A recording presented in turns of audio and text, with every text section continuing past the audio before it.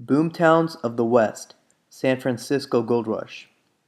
The general impression that people have of people who travel to California in search of gold is that they became very wealthy.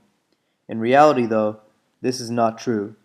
The first gold was found in a river in Sutter's Mill. This then began a flood of immigration, resulting in a dramatic San Francisco population increase. San Francisco had gone from 1,000 people in 1848 to 25,000 people in 1850.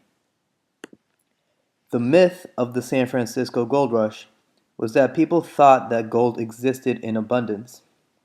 Thanks to this optimistic belief, people came under the impression that all people who moved west became wealthy.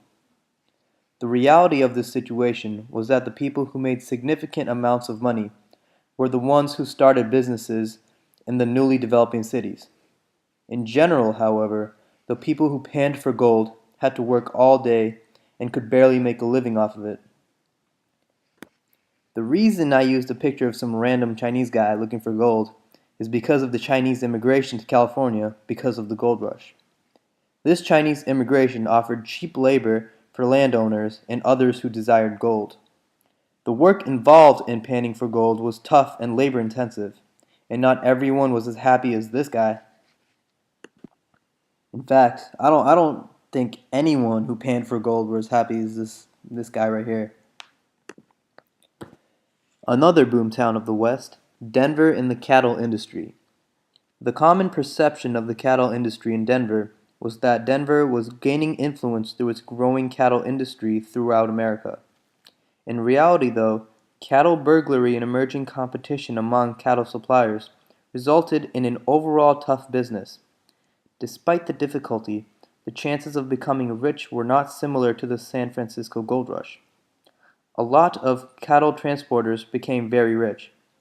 In comparison to the price of cattle in Texas, the cattle in the north sold for almost 4 to 5 times as much. Cattle and beef wasn't always Denver's specialty. Texas used to be the #1 supplier of beef and cattle.